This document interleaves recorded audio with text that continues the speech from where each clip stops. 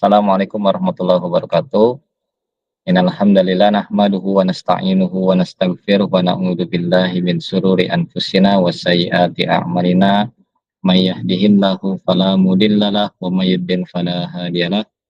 Asyhadu an la ilaha illallah wahdahu la syarikalah wa asyhadu anna Muhammadan abduhu wa rasuluh. Allahumma shalli ala Muhammad.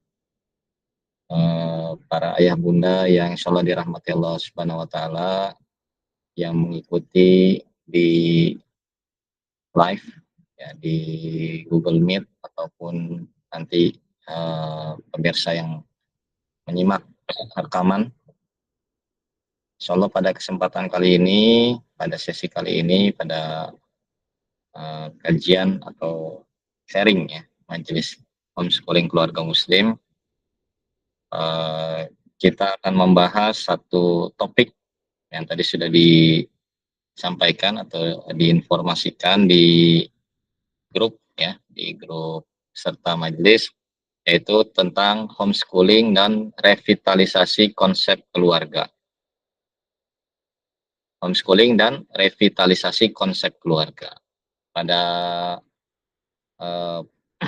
jadwal yang sebelumnya yang gagal terselenggara itu sudah sempat direncanakan atau satu topik yang sempat ingin dibahas, yaitu tentang visi misi keluarga ya, atau bagaimana cara menyusun visi misi, tapi qadarullah tertunda atau gagal terlaksana, akan tetapi sudah diganti ya dengan materi lain, dan ada juga beberapa video yang kemudian mengikuti ya untuk satu topik yang kurang lebih serupa gitu ya. Insya Allah nanti ke depannya mungkin kalau ada kesempatan lagi kita akan coba ulas secara lebih rinci terkait dengan visi misi keluarga. Namun ada baiknya kita membahas hal yang lebih mendasar lagi ya, atau hal yang paling pertama sekali perlu dipahami ya, sebelum melangkah. Ya, kemarin agak terlupa gitu ya untuk membahas hal-hal yang lebih mendasar lagi, karena mengikuti kelanjutan kajian tentang keluarga, profil keluarga Nabi Ibrahim ya, pasca atau saat kajian tentang Idul Adha ya. Saat Idul Adha itu kita majelis kita membahas tentang visi misi keluarga Nabi Ibrahim. Kemudian dirasa perlu untuk membahas bagaimana cara menyusun visi misi. Tapi yang lebih mendasar lagi sebetulnya adalah bagaimana kita memahami konsep keluarga. Saat ini kita coba membahas konsep keluarga atau merevitalisasi, menguatkan kembali, melakukan statement ulang atau membuat deklarasi baru lagi untuk konsep-konsep atau definisi-definisi yang sebetulnya di awal sudah terlaksana, di awal sudah dipahami oleh para tanda kutip praktisi keluarga, yaitu kita semua ya. Praktisi keluarga adalah orang yang mempraktekkan pola hidup berkeluarga atau mempraktekkan konsep berkeluarga ya.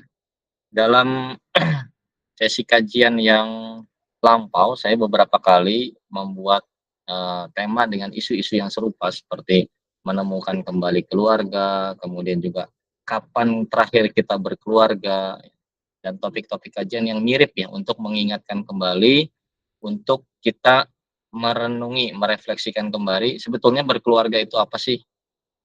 Sebenarnya keluarga itu apa? Ya, makhluk seperti apa dan kenapa kita perlu berkeluarga? Kita akan coba bahas sedikit demi sedikit, dan pada kesempatan kali ini kita akan coba lihat dari beberapa perspektif, diantaranya perspektif ilmu agama, dalam hal ini Islam, kemudian perspektif ilmu pengasuhan, dan perspektif ilmu ekonomi serta politik untuk memahami konsep berkeluarga ini. Ya. Kalau kita lihat akhir-akhir ini, berita beberapa hari terakhir yang cukup mengkhawatirkan, cukup mengenaskan bagi saya pribadi, dan juga mungkin ayah bunda sekalian yang concern mengamati isu-isu pendidikan dan kebijakan-kebijakan nasional. Ada undang-undang atau peraturan yang ditetapkan terkait dengan sosialisasi alat kontrasepsi gitu ya. Ya, saya belum menyimak, secara detail, hanya seliwer-seliweran ya lewat-lewat di medsos, upaya penolakan, kemudian pembahasan tentang kontroversialnya, dan beberapa berita yang masih simpang siur ya tentang pembagian alat kontrasepsi di kalangan pelajar. Dengan tajuk utamanya atau, pembahasan besarnya adalah pendidikan seksual atau sexual education. Kemudian juga dalam rangka untuk mencegah HIV/AIDS, kemudian juga dalam rangka mengatur kelahiran, mencegah kehamilan dan lain sebagainya. Ini sebetulnya isu-isu cabang ya, isu-isu cabang, meskipun krusial, tapi sebenarnya ini isu cabang dari isu atau apa yang biasa kita bahas dengan istilah family mainstreaming, ya. Pengarus utamaan keluarga, konsep berkeluarga, konsep parenting atau keorangtuaan.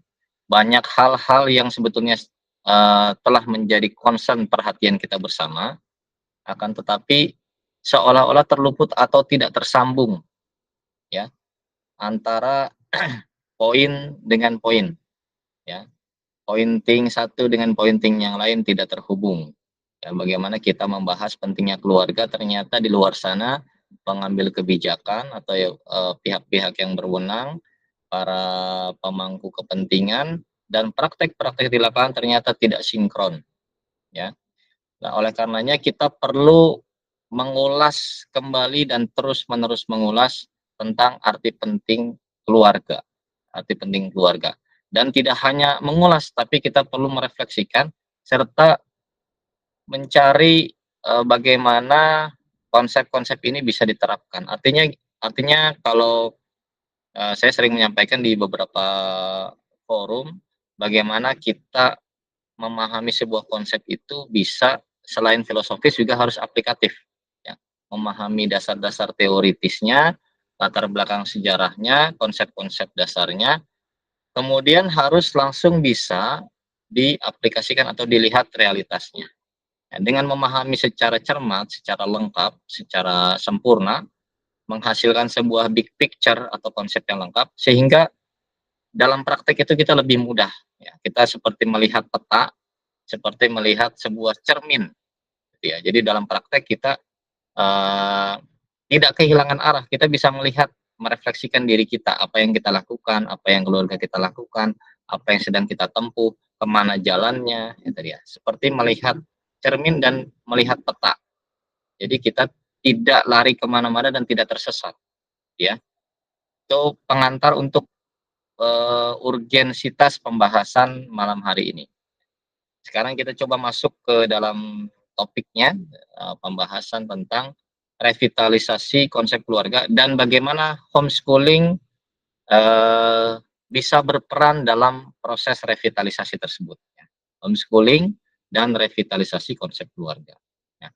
Apa sih keluarga itu? Nah, keluarga itu kalau secara umum ya dilihat secara definisi umum, keluarga itu adalah satu peranata sosial ya, kalau di sosiologi penjelasan peranata sosial yang terdiri dari seorang ayah dan ibu serta anak ya, yang beranggotakan ayah, ibu dan anak-anak gitu ya, atau seorang anak ya.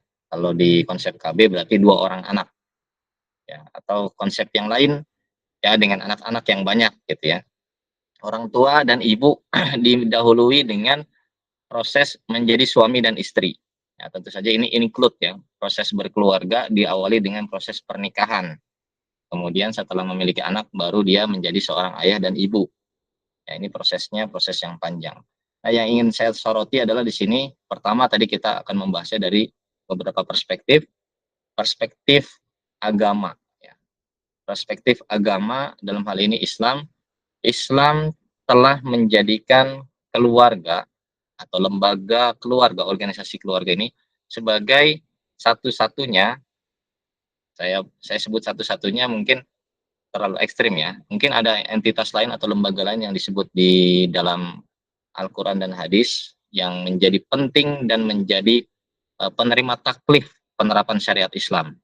Artinya ketika ada seruan menerapkan syariat Islam, itu yang pertama kali mungkin bukan satu-satunya, tapi yang paling utama gitu ya, yang menjadi orientasi awal ya, bagaimana sebuah syariat dari Allah Subhanahu wa taala itu diterapkan itu pertama kali di dalam sebuah keluarga. Karena manusia hidup sejak awal ada di bumi ya, diturunkan sebuah keluarga. Jadi bahkan tidak sebatang kara ya, manusia pertama kali itu turun ke bumi tidak sebatang kara, tapi sebagai sebuah keluarga ya, yang kita sebut, kita sederhanakan menjadi Bani Adam ya. Anak cucunya Nabi Adam. Karena kita meyakini Nabi Adam pertama kali turun itu sudah sepasang. Sudah ada pasangannya, sudah ada istrinya. Dan dalam kisah-kisah awal praktek penerapan syariat Islam itu adalah bagaimana Nabi Adam dan Bunda Siti Hawa itu dengan anak-anak mereka ya. Yang paling sering didengar adalah Habil dan Qabil yang berkonflik gitu ya. Kemudian syariat Islam yang panjang ceritanya, cerita tentang kurban, cerita tentang peribadatan dan lain sebagainya. Intinya hidup beragama itu dimulai dalam sebuah keluarga. Ya. Di bumi ini ya, kalau di surga mungkin pertamanya zikir atau proses mendapatkan ilmu Nabi Adam mungkin sendiri ya. Tapi di sini sudah turun ke bumi itu sudah berkeluarga. Ya sudah ada keluarganya. Jadi sepaket ya, setiap syariat agama itu pasti diterima atau dipraktikkan dalam lingkup keluarga. Ya. Kemudian seruan juga untuk menjaga keluarga juga ada di dalam Al-Quran. Ya, penerapan syariat Islam itu pasti ada di keluarga, atau tuntutan penerapan syariat Islam atau syariat agama itu pasti ada di keluarga dan harus dipraktikkan dalam keluarga. Bahkan ya saya bisa mengatakan bahwa tidak dituntut untuk diamalkan, ini dalam tanda kutip, tidak dituntut untuk diamalkan dalam negara ya. Negara itu hanya konsekuensi karena keluarga-keluarga berkumpul, karena keluarga-keluarga itu membentuk satu kabilah, membentuk satu suku, kemudian membentuk sebuah kerajaan atau kesultanan, membentuk sebuah negara pada akhirnya, maka syariat Islam itu berlangsung juga. Artinya pertama kali diamalkan syariat agama itu ada dalam konteks keluarga. Karena keluarganya menjadi besar, karena ada tadi ya Bani Adamnya itu turun temurun ya diterapkan, atau ketika konteks agama yang dibawa oleh Nabi Muhammad SAW itu berarti pertama kali di keluarganya Nabi ya. Nabi Muhammad beserta ibunda Khadijah dan selanjutnya dengan istri-istri beliau, kemudian dengan anak-anak beliau menerapkan pertama kali ajaran ya peribadatan sholat dan lain sebagainya itu pertama dalam konteks keluarga. Kemudian membesar atau meluas kepada saudara ya, sanak saudara dan lingkup teman-teman sekitar, teman-teman pergaulan yang mau bergabung atau menerima ya. Jadi meskipun pada akhirnya tidak menjadi prioritas, bukan tidak menjadi prioritas, meskipun pada akhirnya itu berkembang, tetap keluarga itu menjadi prioritas dalam praktek penerapan syariat agama. Ya, dalam Al-Quran ada istilah wal akrobin ya, kepada orang-orang terdekat, maksudnya yang terdekat dalam nasab, ya, yang satu keluarga, satu ikatan biologis atau satu darah, itu yang paling pertama. Itu juga terkait dengan pengamalan agama dalam praktek pemberian nafkah, pemberian waris, ya, kemudian tanggung jawab yang terkait dengan hal-hal apa ya, mungkin bisa disebut sebagai tanggung jawab pengasuhan dan pendidikan serta hal-hal lain ya, pemberian sedekah, kemudian praktek-praktek panjang kalau dijelasin ya. Nanti di fikih itu ada beberapa hubungan yang terkait, nanti ada pembahasan masalah zakat, pembahasan masalah aurat dan lain sebagainya. Ada banyak hal yang itu sangat terikat atau sangat erat, tidak bisa dilepaskan dari keluarga ya. Jadi sekali lagi keluarga ini adalah hal yang penting. Kita tidak bisa membahas penerapan syariat agama atau membahas tentang syariat Islam Apalagi kalau dalam versi yang lebih wah lagi, yang lebih lebih luas, lebih besar lagi, misalkan kekhilafahan atau yang sejenisnya, itu tidak terlepas dari keluarga. Maka yang pertama kali harus menerapkan adalah keluarga, gitu ya. Dan yang paling dimintai pertanggungjawaban secara pasti, ya, kita bisa mengatakan secara ekstrim, meskipun ini terlalu vulgar ya, dan mungkin perdebatan serta kontroversial kalau kita sebut bahwa kita tidak dimintai pertanggungjawaban terhadap kondisi Indonesia, ya, tapi kita pasti dipertanggungjawabkan di akhirat tentang keluarga kita. Ya. Artinya gini, kalau keluarga kita tidak menerapkan syariat Islam, itu konsekuensinya di akhirat kita pasti akan ditanya ya dan dimintai pertanggungjawaban. Tapi kalau negara Indonesia tidak menerapkan syariat Islam atau undang-undangnya tidak 100% Islami, nah itu mungkin pertanyaannya nggak langsung ya, nanti mungkin merembet-rembet atau nanti yang mendapat jabatan yang ditanya gitu ya. Eh, Tanda kutip kita tidak berhubungan dengan itu dan tidak akan dimintai pertanggungjawaban, itu bukan urusan kita. Tapi keluarga itu urusan kita. Ya. Hidup mati 24 jam dari bangun tidur sampai tidur lagi itu kita akan dimintai pertanggungjawaban. Yaitu keluarga dalam perspektif agama ya. Kemudian perspektif yang kedua adalah dalam perspektif ilmu pengasuhan. Kita harus meninjau meskipun ini di Indonesia ya ilmu pengasuhan ini masih problematis ya, masih perlu diklarifikasi dan dikodifikasi ulang ya. Tapi kita paling tidak sudah sering mendengar kajian tentang parenting ya di Indonesia ini sudah 10 tahun terakhir sudah ramai lah kajian parenting dan bisa kita pahami ya konteks atau maksud ruang lingkup dari kajian-kajian ini. Nah, dalam ilmu pengasuhan yang mungkin nanti secara lebih mendetail ilmu pengasuhan akan dibahas di kesempatan-kesempatan yang lain. Paling tidak di sini saya akan menyampaikan ada beberapa poin pentingnya atau yang menjadi elemen-elemen dasar dari ilmu pengasuhan. Ya, yang pertama adalah tradisi keluarga dan aturan keluarga. Nah, ini yang paling penting. Nah, dalam hidup berkeluarga, dalam hidup berkeluarga, kita pasti hidup dalam sebuah tradisi karena kita manusia yang berbudaya. Kita membentuk kebiasaan-kebiasaan dan mewariskan kebiasaan-kebiasaan. Kita melakukan aktivitas sosial ya kemasyarakatan, kita mempraktikkan atau mengaktualisasikan diri sebagai makhluk sosial itu dengan cara berhubungan, berinteraksi, bersosialisasi. Sehingga terbentuklah pola hidup, terbentuklah pola sikap, terbentuklah pola pikir. Dan ini diejawantahkan dalam keluarga disebut dengan pola hidup berkeluarga. Jadi keluarga itu, setiap keluarga itu sebetulnya punya pola, meskipun tidak disadari oleh para pelakunya ya, oleh kita semua misalkan ya. Banyak yang tidak tidak mungkin karena sekarang kurang berpegang pada nilai-nilai kearifan lokal atau nilai-nilai primordial, nilai-nilai yang diwariskan dari para orang tua terdahulu, sehingga kita banyak yang lalai dan jarang menengok tradisi apa yang ada di dalam hidup kita atau dalam keluarga kita, pola hidup seperti apa yang ada dalam keluarga kita. Ya. Kalau dulu itu polanya sangat jelas, ketara karena tidak terkena badai globalisasi. Setiap keluarga itu punya ciri khas dan pola yang sangat bisa dibaca, ya bisa diidentifikasi. Satu keluarga ini keluarga pedagang, oh ini ada keluarga petani, oh ini ada keluarga nelayan, oh ini ada keluarga pandai besi, oh ini ada dan lain sebagainya. Ya, setiap keluarga itu ada dan pola hidupnya pun seperti itu.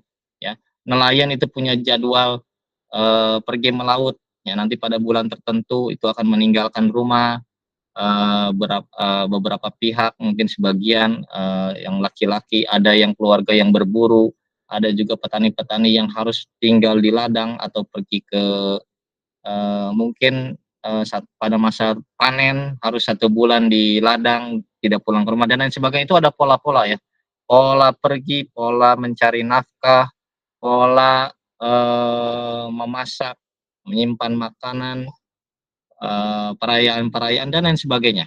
Ada pola-pola yang itu kita simbolkan dalam sebuah konsep yang bernama tradisi keluarga. Selain tradisi, ada yang kita sebut sebagai aturan. Nah, ini yang secara lebih, normatif, ya pendekatannya adalah pendekatan hukum dan, apa namanya, sosiologi, gitu ya, kalau yang tadi lebih kepada budaya dan antropologi. Nah, aturan-aturan keluarga ini adalah apa-apa yang dinyatakan secara jelas dan diketahui bahwa setiap tindakan itu ada konsekuensi. Ada hal yang boleh dilakukan, ada yang tidak boleh dilakukan. Ada do, ada don't, ya. Ada eh, penghargaan, ada reward, ada punishment, ada hukuman atau sanksi. Dan itu berlaku, ya, disadari ataupun tidak disadari, dikodifikasi atau tidak dikodifikasi, sebetulnya setiap keluarga mesti memiliki tradisi dan aturan dalam berkeluarga. Meskipun banyak keluarga sekarang tadi saya sudah sampaikan semenjak kita terkena badai globalisasi, apalagi sekarang banyak media sosial masuk ke dalam rumah kita sehingga kita tidak bisa membedakan mana yang wilayah privat, mana yang wilayah publik, ya, mana yang wilayah itu tabu, ya mana yang pamali, mana yang istilahnya ini hanya berlaku di lingkup keluarga, mana yang bukan. Mana nilai-nilai keluarga, mana nilai-nilai masyarakat lokal, mana nilai-nilai global. Itu sudah jadi bias ya saat ini. Tapi paling tidak kita bisa menguatkan kembali ya, menapaktilasi dan merenungi kembali tradisi apa yang berlaku di keluarga kita, aturan apa yang ada di keluarga kita. Kemudian yang terakhir sebagai pelengkap dalam perspektif ilmu pengasuhan adalah bahwasanya ada yang namanya pola asuh yang harus diperjelas dan diperkuat kembali dalam keluarga, ya. Ada posisi suami mengasuh istri, orang tua mengasuh anak, kakak mengasuh adik, yang sehat mengasuh yang sakit, yang kuat mengasuh yang lemah, yang kaya mengasuh yang miskin. Nah, ini harus diperkuat kembali. Jadi ada tanggung jawab keluarga, ya. Seorang manusia, apalagi laki-laki, ya dalam hal ini punya tanggung jawab yang lebih jelas. Ya, laki-laki diberikan beban pertama kali, ya, baik dalam konsep ya secara secara ilmu sosiologi, antropologi maupun secara agama, ya. Itu laki-laki punya beban yang paling jelas, ya, paling kuat dan akan dimintai pertanggungjawaban. Laki-laki harus dalam hal ini pemimpin keluarga, seorang ayah, seorang suami, itu harus mengasuh, ya, memastikan semuanya berjalan sebagaimana mestinya, memastikan semuanya berjalan mengikuti aturan, memastikan tradisi berlangsung secara apa istilahnya, tidak menyimpang dari apa yang dipahami dalam konteks keorganisasian yang modern sekarang, tidak menyimpang dari visi misi yang telah disepakati atau telah dibuat. Nah, jadi ini yang perlu diperhatikan, kita punya peran, ya, setiap anggota keluarga itu punya peran, tadi ada kakak terhadap adik, ada suami terhadap istri, orang tua terhadap anak, kemudian juga nanti ada mungkin paman terhadap sepupu, dan lain sebagainya. Ada urutan-urutan. Yang jelas ada peran sehingga tidak menyendiri, ya, seorang itu tidak hidup menyendiri, ya. Ada seorang laki-laki bekerja dan menerima gaji, itu dia tidak sendiri, ya, kerjanya dia itu untuk keluarga dan hasilnya juga untuk keluarga, itu adalah satu konsep dalam ilmu pengasuhan, ya. Kalau ada seorang manusia yang keluar dia bekerja untuk dirinya sendiri dan hasilnya untuk diri sendiri, itu bisa dipastikan dia adalah seorang yang sebatang kara, ya, dan itu harusnya tidak terjadi, ya, di masyarakat kita, dan kalaupun terjadi mungkin hanya satu dua kasus saja, ya, artinya itu kasuistik dan tidak bisa menjadi ukuran atau jadi pegangan. Yang menjadi pegangan adalah setiap kita itu pasti terikat dengan hubungan kekeluargaan dan tanggung jawab tersebut, tanggung jawab pengasuhan. Ini yang kedua, ya, perspektif kedua. Tadi perspektif agama, perspektif ilmu pengasuhan.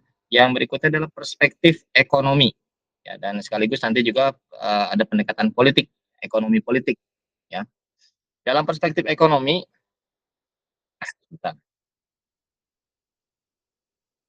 dalam perspektif ekonomi yang sangat penting sekali adalah kalau kita meninjau kembali definisi ilmu ekonomi. Ya, meskipun saat ini ilmu ekonomi itu sudah melesat jauh ya keluar dari poros asalnya. Ya, ilmu ekonomi dasarnya adalah ilmu pengaturan kerumah tanggaan. Dari kata oikos nomos, itu ekonomi diwujudkan sebagai peranata atau tata cara untuk mengatur sebuah rumah tangga memenuhi kebutuhan. Ya, dengan 3 aktivitas utama, produksi, distribusi, dan konsumsi. Ya.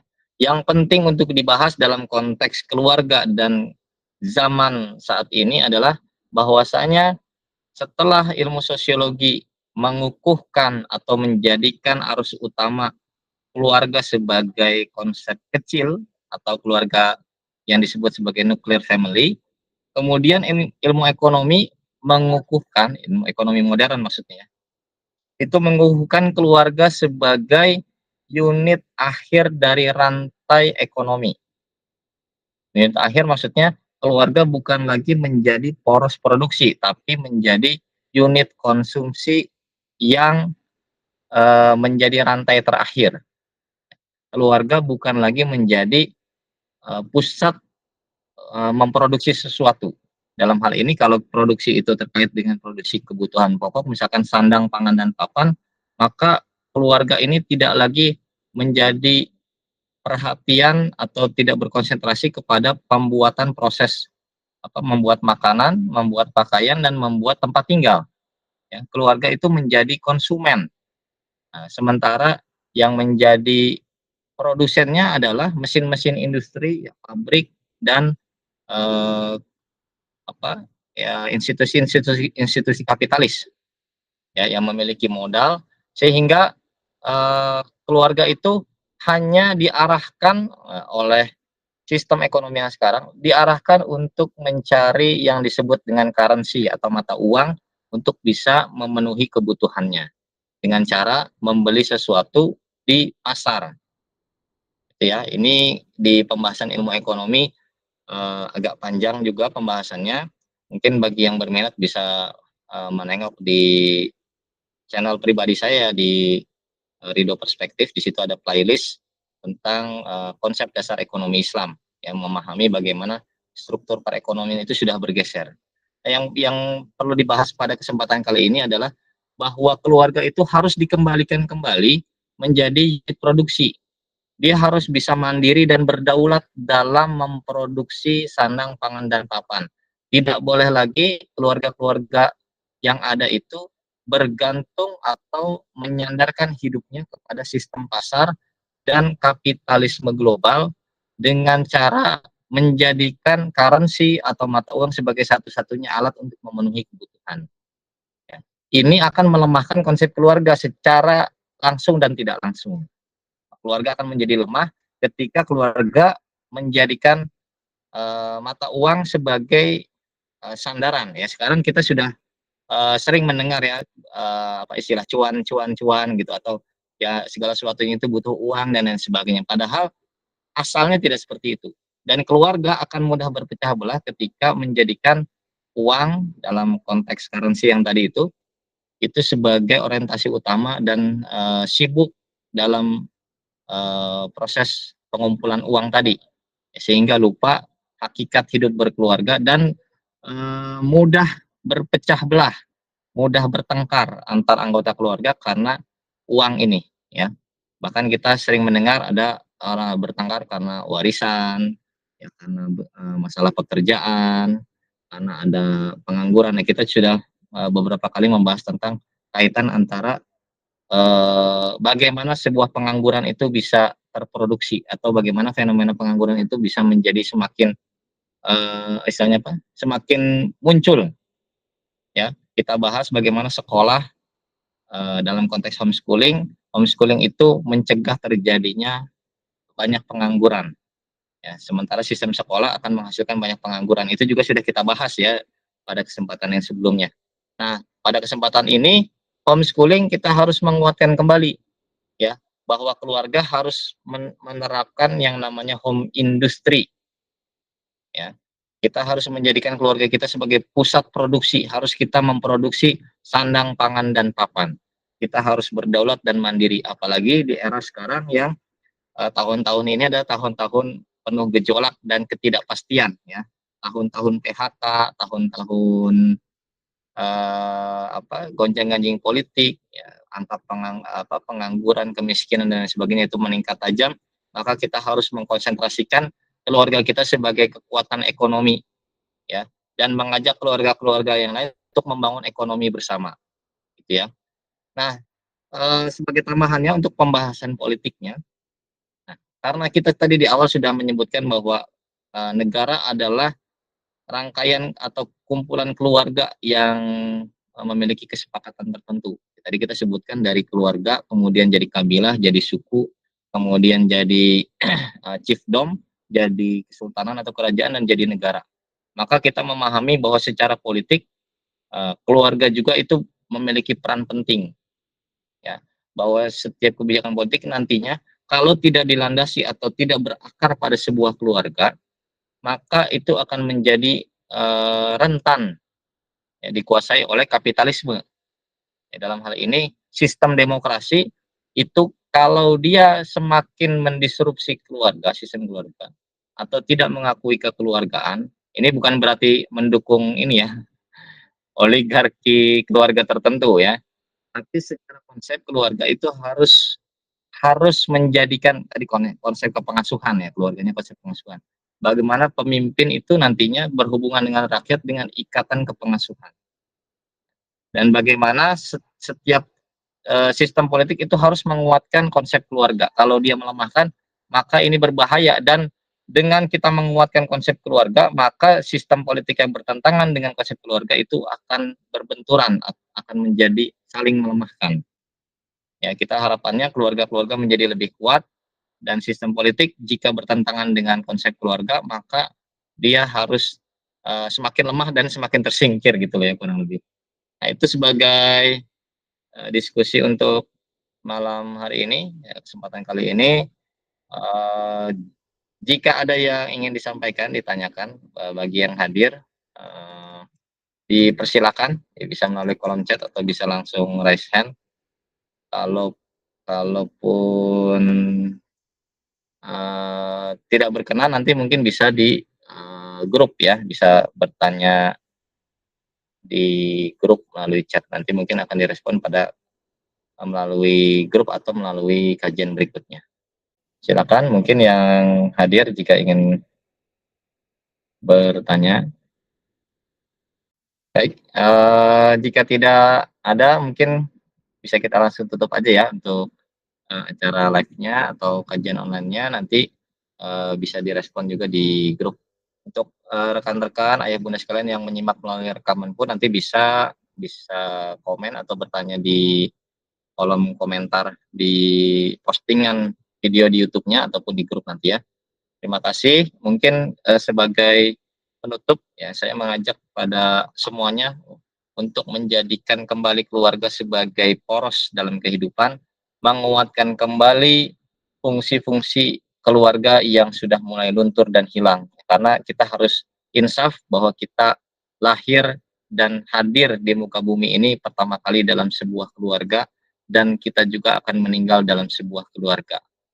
Terima kasih atas perhatian dan atensinya, atas segala dukungan, dan masih ikut stay di Majelis Homeschooling Keluarga Muslim. Barakallahu fikum. Kita tutup dengan doa kifarat majlis. Subhanakallahumma wa bihamdik asyhadu an la ilaha illa anta astaghfiruka wa atubu ilaik. Assalamualaikum warahmatullahi wabarakatuh.